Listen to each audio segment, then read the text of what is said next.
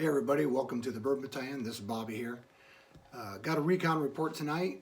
Sorry I had to move back to the old phone for a second. My computer crashed. So expect to get a new one tomorrow. So tonight's recon report is the Belle Meade Reserve 108.3. The reason why I was intrigued about doing this is I love their cask strength. And when I started looking at this, I was like, well, what happened to my cask strength? So according to what they have to say is it's been a culmination to get to the point where they're at now. So the intrigue for me is if their cask strength was great and they said that the cask strength was just a culmination of different trials to get to this reserve and their new staple is this 108.3, I need to check and see what it's about. So we're going to go through, we're going to do a recon report. We're going to do the basic steps that I always do. We're going to look at it. We're going to see what we can think of the age, our viscosity. We're going to go through and give it a good an overview of what we see. Then we're going to go through and look at, do the nose. We're going to smell it. We're going to go through and do our palate, which is a full frontal assault. We're going to dive right into it and see what we get both on our front, mid, and finish. Once we do that, we'll save a little bit in there to set it aside. We'll go in for an about face. A second pour. Second pour is probably one of the most crucial parts of it. After the second pour, then we will do a back blast. We'll go back to the first one. And since it's not a lot in there, it's been evaporating, dissipating, and we want to see what that opened up into. So I have a good idea of what it's going to become if I put it on my bar in a decanter. If you've followed me at all, you know I'm a decanter guy. I want to put stuff on the bar that I enjoy and let it just open up into the bouquet of wonderfulness it is. So without further ado, we're going to go in and look at this 108.3 Belle Meade cask strength, or cask, I apologize, to my Belle Meade 108.3 proof. So let's pour this.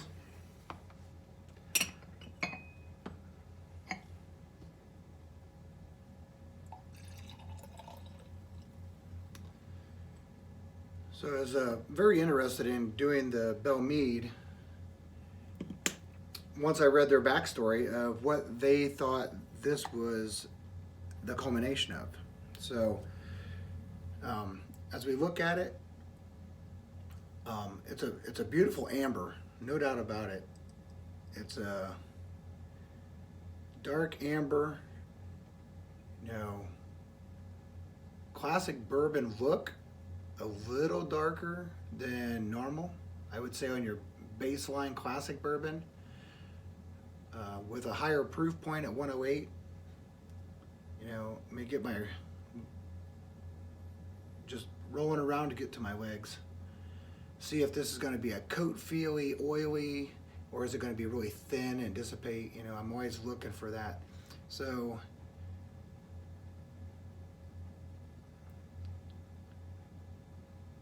this is going to be a palate cover. I can tell you that right now. It's nice and thick. It's not breaking up. Real oily on the viscosity. So on the eyes, it meets my criteria. I love a beautiful dark amber to dirty copper finish. It's got great viscosity. Almost looks like it could be around the blood orange range. Not too far away from it, just a little bit lighter. So to the nose. Really fruit forward.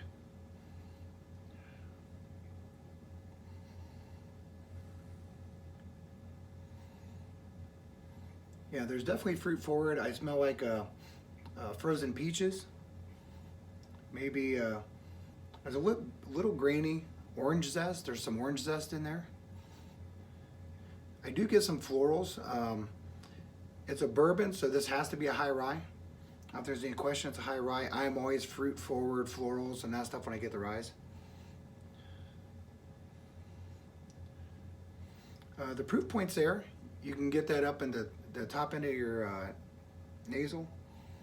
So proof-wise, I would have probably put it Eh, definitely above 101, but I don't think I would have put it at gasoline. So to the palate. Cheers.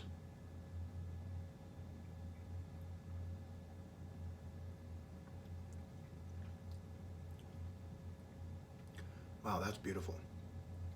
It's really coating.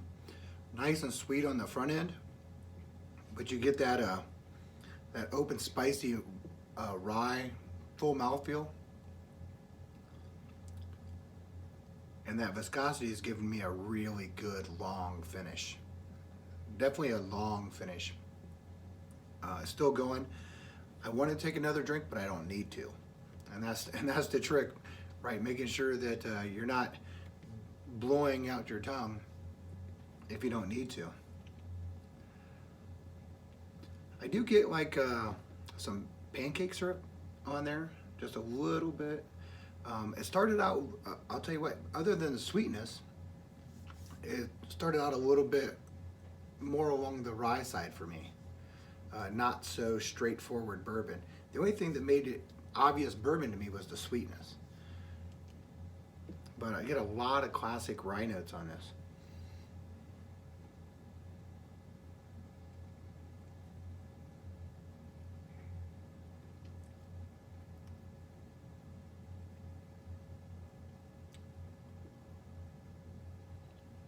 You know, you get the mouth tingles. I'm not getting the tingles on my gums, but I'm definitely getting some mouth tingles. I I would say, you know, I would guess this to probably be somewhere in the, you know, the 107 to 115 range. So the proof's right on point, but it drinks really nice. I'm just getting into it, and I could already put this in the danger zone, because this is going to be one of those that I could sit down and just plow through.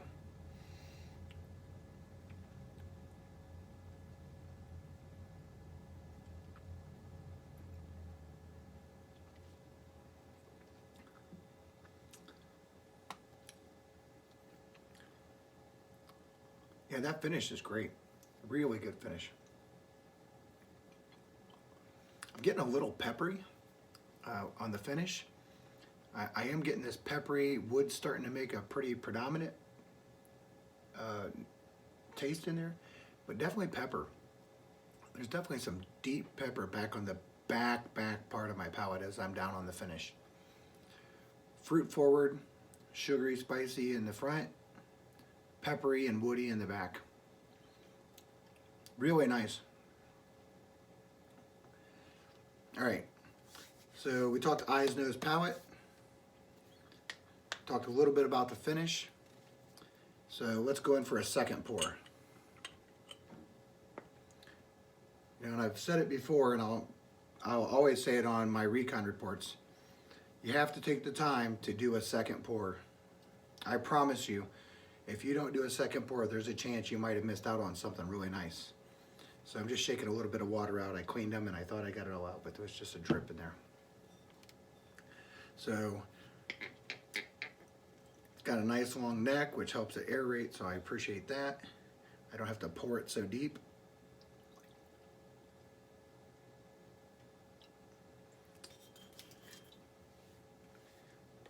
Yeah, it's just oily. I mean, I can see the oil. It's just an oily. It's just an oily guy. So, a lot of times people will do that to open it up, and I'm not really doing it to open it up. I'm just trying to get my viscosity right. I just want to see the legs. What's it doing? Man, you know, and it's funny, right? There hasn't been a long gap between my first pour and my tasting profile to this. It's been relatively short. But that has changed to incredibly bourbon forward. I was definitely fruit forward. Now I'm not. I get vanilla. I get like sugar-free syrup, not like this rich syrup. You know, I get brown sugar. I definitely get brown sugar in there. I'm still getting, you know, that like buttery. So it's like been maybe if you had oatmeal with brown sugar and butter, and that butter's kind of knocking that brown sugar down a little bit. I definitely get a little bit of butter on this. I haven't lost the floral at all, so that tells me, you know, they're high rye. Let's go in for a second taste.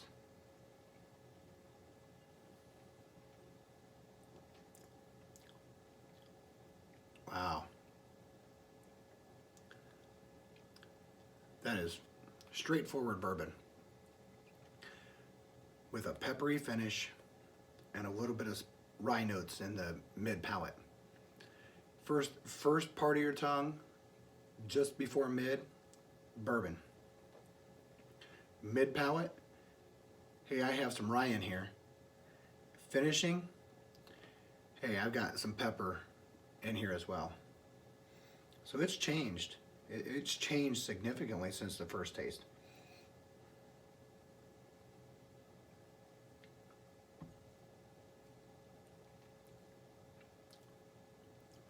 It's not medicinal at all. I don't have that numbing type of aftertaste and that numbing tongue that you might get on something that's medicinal. I'm not getting that at all. I'm just getting a really nice, long finished bourbon rye, not a boo rye, just a bourbon that has a high rye.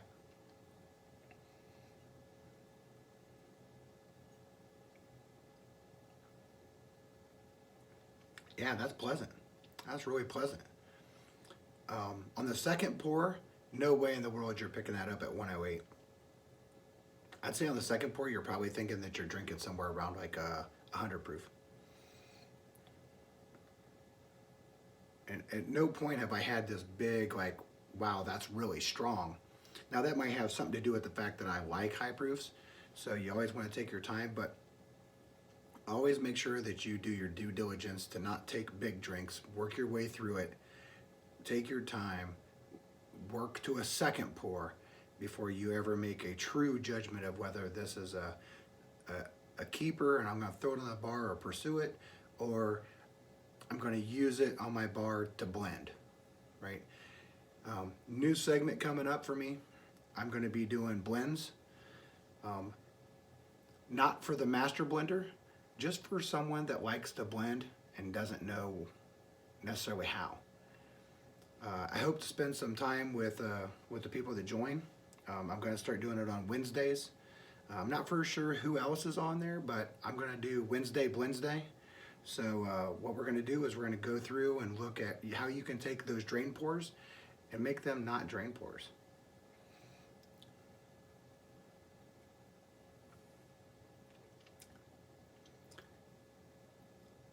This right here is dangerous.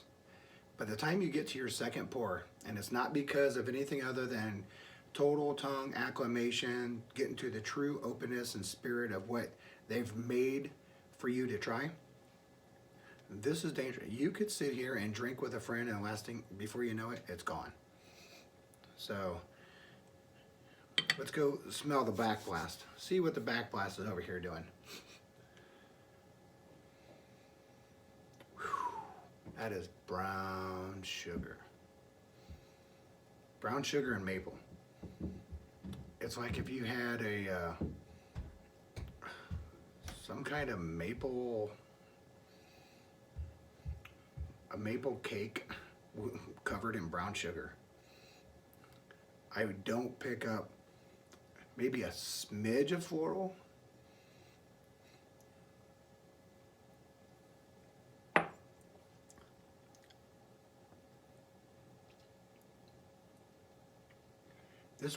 This has changed so drastic as it's sitting there.